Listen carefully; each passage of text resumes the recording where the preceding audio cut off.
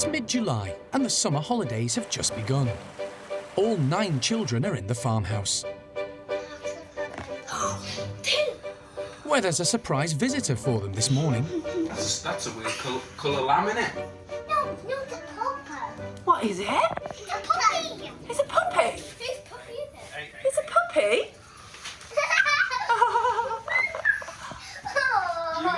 I'm keeping it. Yes, it's your puppy.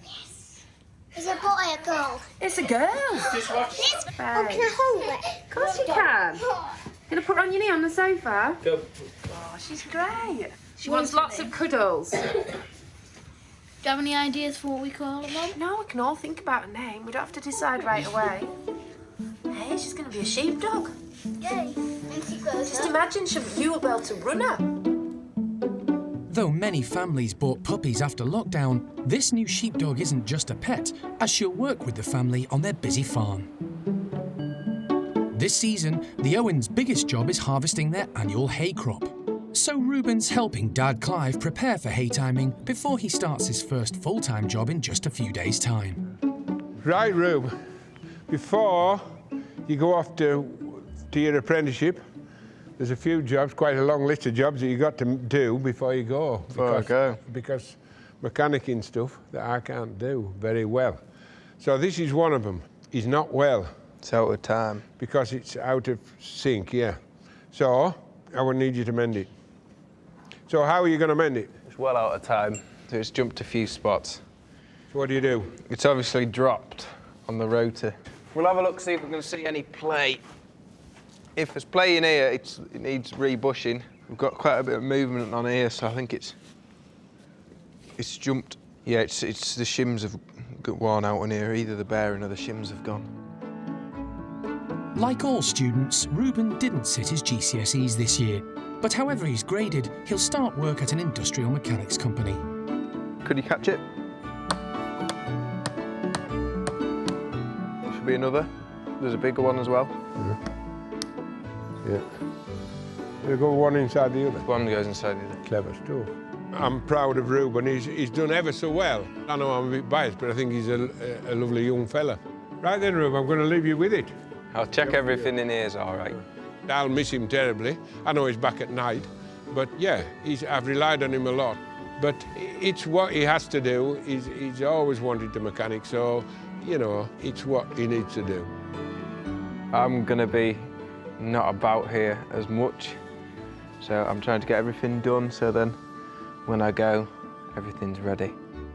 It's very exciting because I'll be working on properly big machines and really exciting heavy gear rather than clapped out hay time machinery.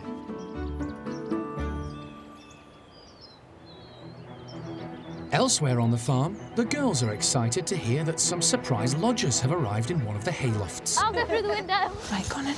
Go on, get yourself in. Come on, let's go and see. Come on. One of chicks. How many are there? 1, 2, 3. 3. What type of bird are they? Kestrel. It is, it's a kestrel. And what do you think about their beaks? I think they're very sharp.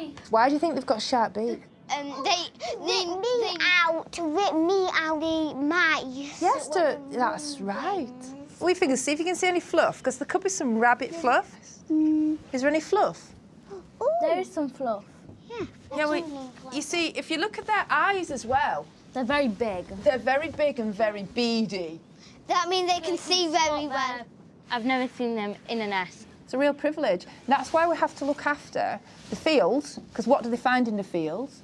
Chicks. Chicks. Their food. And you have to look after these barns, because not only do we use them, The kestrel the chicks. kestrel chicks are using them too. All right. So they're not getting waste because they're getting used. Exactly. So I think now, what should we do? Leave them alone. And we can come and have a look and see if they've grown a bit more, because they grow really fast. Yeah. Come on then, off we go.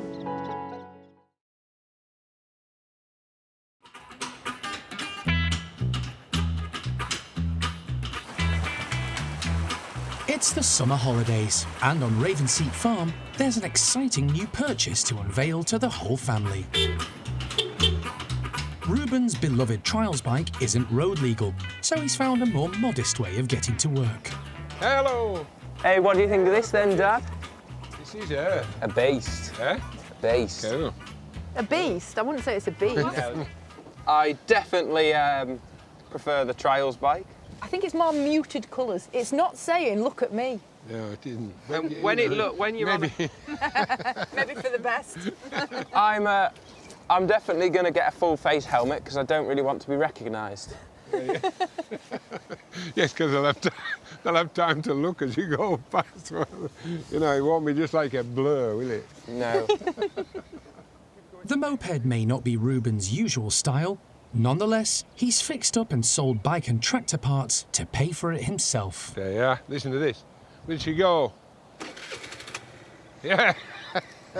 Go on, rev her up. Excuse me. Well, it's whizzing away. Look at that.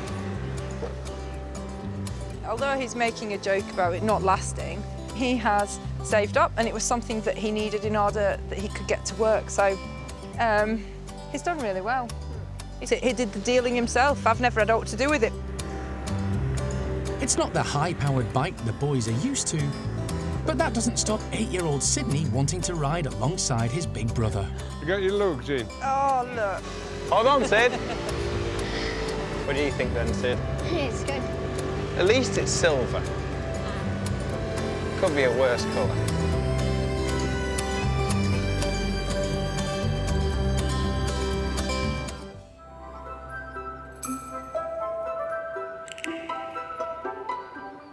Back home on the farm, apprentice shepherd Sid and his new sheepdog Nell are heading out for their first training session.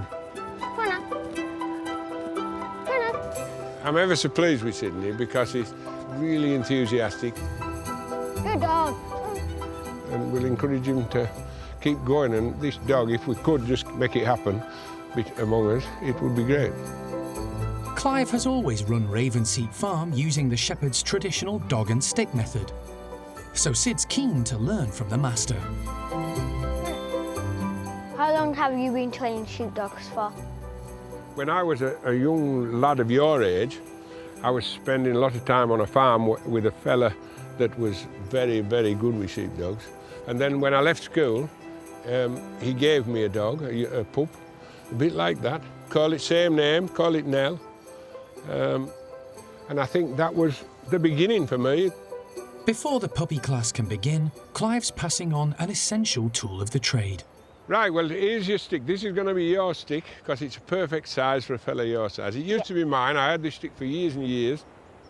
So a young fella with a dog, you need a stick because it's just kind of like an extension of your arm. Right then, Sid, take it for a run round here. Yep. And just go around a couple of times. And what we're trying to do is we want it to follow you. Basically, as simple as that. Just to go with you and listen to you and watch where you are and stay with you. Because one of the main things about a sheepdog, it has to follow you to the end of the earth. So if it does leave you, just keep going and shout its name and hopefully it'll come. And the idea is that it goes where you go, Yep. not you go where it goes. Okay? Yep. So let it have its chain, do a couple of laps. There's so much, you know, for a sheepdog to learn. I always say you just get a dog to understand you and it's too old. You know, it takes all its life, really. Come on now. Come round. Good lad. Ow. Can you go faster? No, get off my stick. Yep. Get off my stick. And it's very playful, I can see. Leave my stick So alone. that's good. Good lad. Well done, Sid. I'm pleased. At just 5 months old, Nell has a way to go yet, so Clive has another trick up his sleeve for his young shepherd. So my whistle.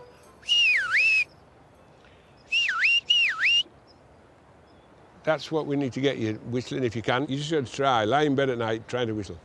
Yep. Look. Go on, Sid.